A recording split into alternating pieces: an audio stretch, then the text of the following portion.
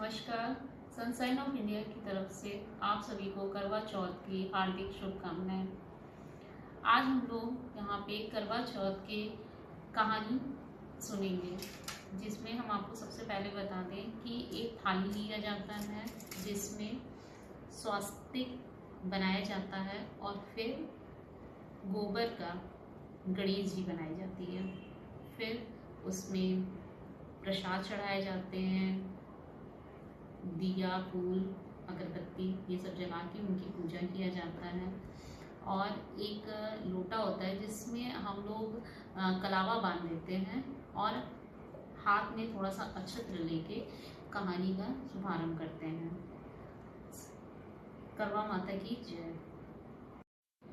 एक साहूकार था जिसके 7 बेटे और एक बेटी थी। सातों भाई अपनी बहन से बहुत प्यार करते थे। जब सातों भाई एक साथ ही खाना खाते थे।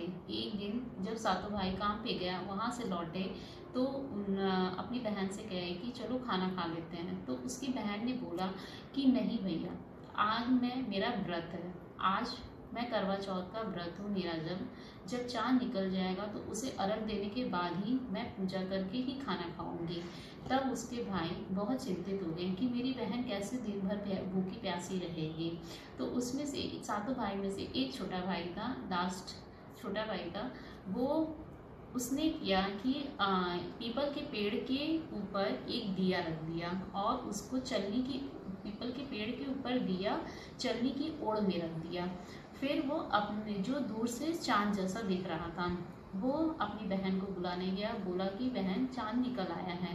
बहन दौड़ती हुई गई और चांद उसी को देख के अपना व्रत खोल दिया। जब वो खाने का एक निवाला ली तो उसको उसमें छींक आ गई। फिर वह जब दोबारा दूसरा निवाला ली तो उसके खाने में बाल निकल गया। और तीसरा जब निवाला ली तो उसके पति की मृत्यु का संदेश आ गया, जिससे वो बहुत ही घबरा गई। तो उसकी भाभीियों ने उसे बताया कि तुम्हारे साथ तुम्हारे भाइयों ने ऐसा किया था। वो बहुत ही घबरा गई। उसने निश्चय किया कि मैं अपने पति को बचाऊंगी। उसने अपने पति का अंतिम संस्कार नहीं किया।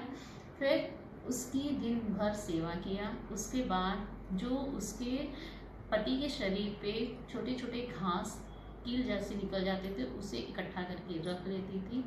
और जब अगले साल करवा चौथ आया, जब सातों भाभियाँ जब पूजा करने के लिए आती हैं, तब वो उनसे कहती हैं कि और फिर उनसे कहती है कि पहली भाभी से कहती है, यम सुई दे दो, पी सुई ले लो, अपनी जैसी मुझे सुहागिन बना दो। तो पहली भाभी कुछ नहीं बोलती, चली जाती है। फिर दूसरी भाभी के साथ भी वो वही चीज़ कहती है। ऐसे करते करते वो 6 भाभियों के पास जाती है।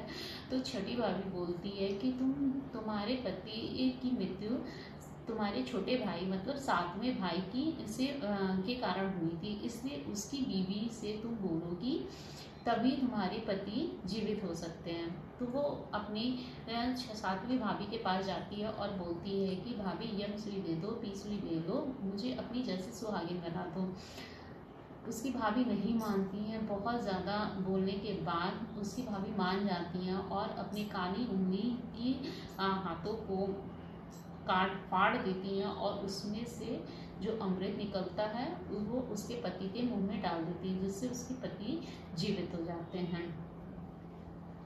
हे श्री गणेश, श्री गौरी माता, जिस तरह करवा को चीर सुहागिन होने का आपने वरदान दिया, उसी तरीके से सभी सुहागिनों को भी वरदान दीजिए। इससे हमारी कहानी खत्म होती है। धन्यवाद।